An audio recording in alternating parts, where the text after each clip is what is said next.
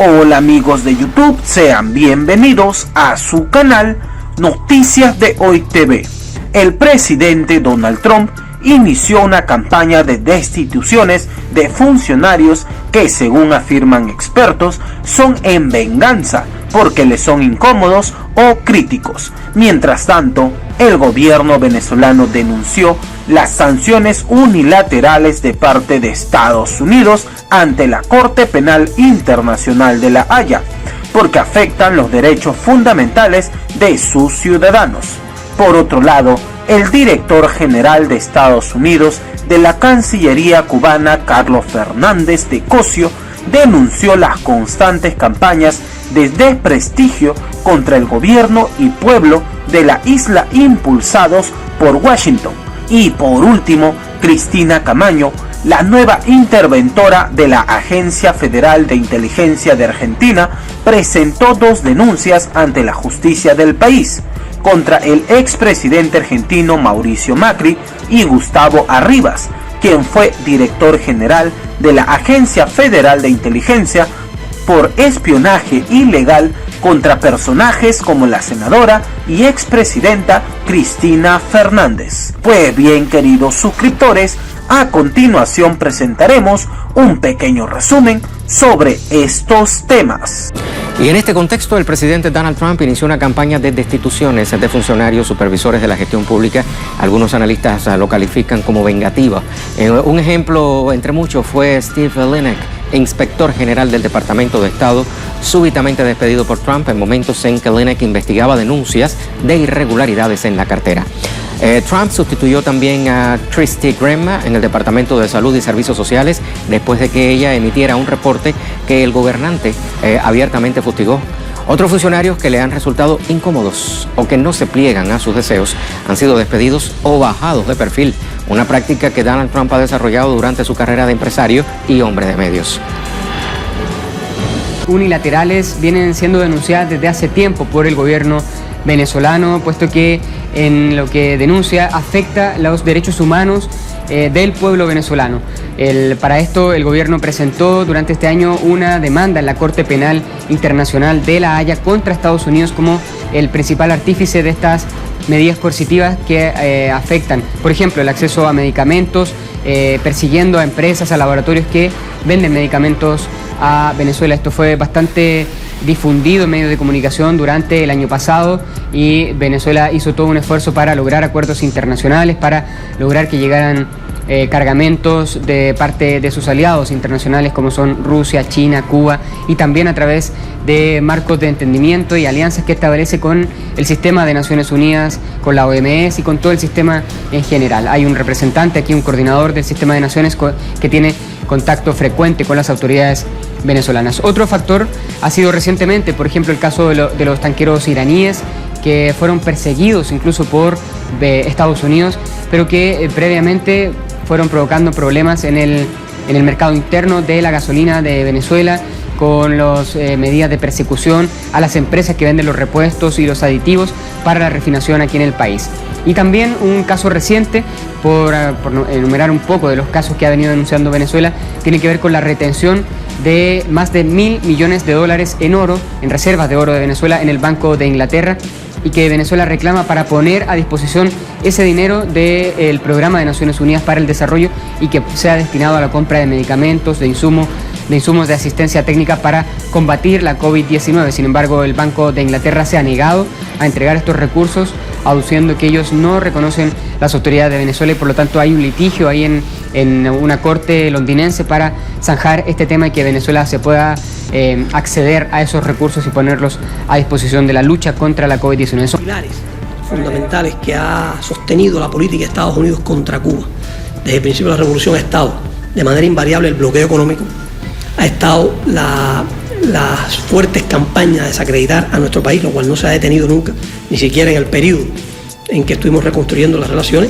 Y el tercero, que también o tampoco se ha detenido en ningún momento, son los programas de subversión. Uno puede decir que hay una línea invariable desde el triunfo revolucionario hasta hoy en que el bloqueo económico, las campañas de descrédito y la subversión financiada por decenas de millones de dólares cada año han formado parte de la agresividad del gobierno de los Estados Unidos. La de la Agencia Federal de Inteligencia, Cristina Camaño, presentó 2 denuncias ante la justicia de Argentina para que se investigue al expresidente Mauricio Macri, el ex jefe de la AFI, Gustavo Arribas, y otros funcionarios de la Agencia de Inteligencia Estatal. Ambas presentaciones judiciales versan sobre las actividades ilegales de espionaje que llevó a cabo la administración de la Alianza Cambiemos durante los 4 años que gobernó la República Argentina.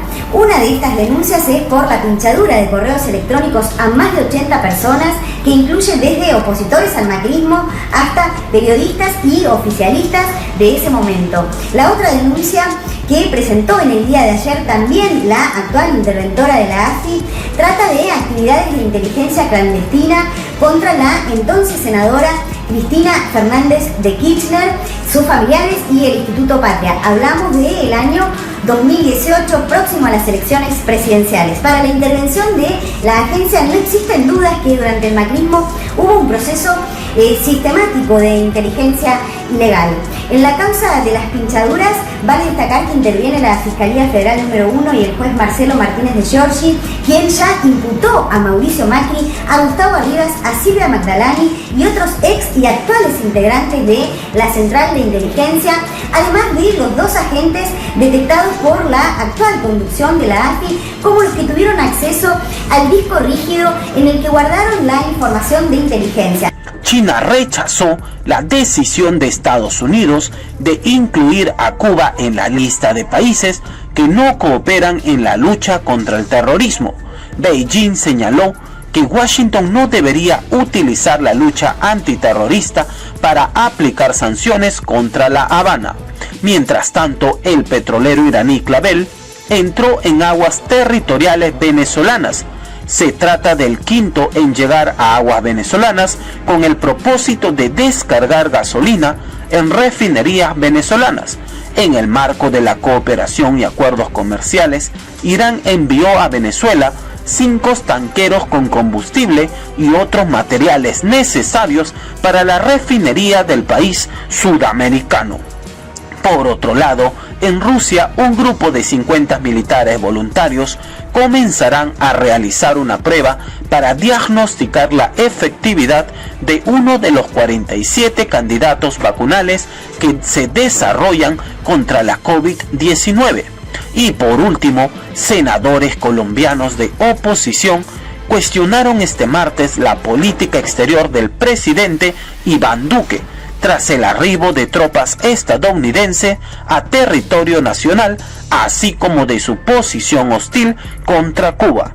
Pues bien, queridos suscriptores, a continuación presentaremos un pequeño resumen sobre estos temas.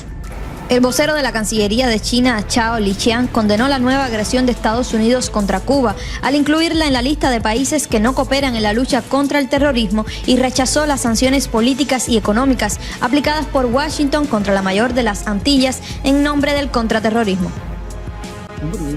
El terrorismo es un enemigo común de la humanidad y China mantiene su posición de que la comunidad internacional deberá trabajar de forma unida para combatir el terrorismo, pero se opone a que Estados Unidos use el contraterrorismo para imponer la opresión política y aplicar sanciones contra Cuba. En su conferencia de prensa diaria, el portavoz respaldó la declaración presentada por el Ministerio de Relaciones Exteriores de Cuba, en la que se presentan detalles sobre las mentiras esgrimidas por el Departamento de Estado estadounidense para justificar esa decisión arbitraria contra La Habana. El ocaso, en pleno Océano Atlántico, selló la llegada del 5º y último barco iraní, el Clavel, con combustible para Venezuela.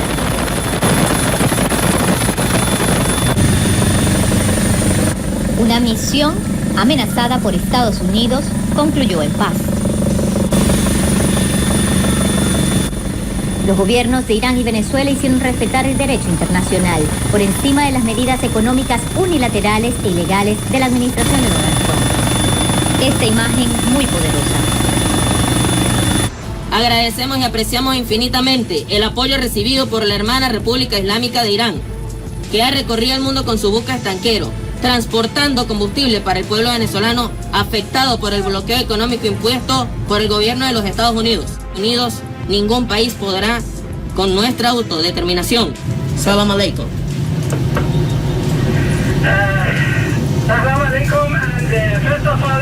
Gracias por el apoyo y por el recibimiento, respondió el capitán del tanquero iraní, el Clavel. Esta última travesía inició el sábado 30 de mayo, a bordo del patrullero oceánico Guayquerí de la Armada venezolana.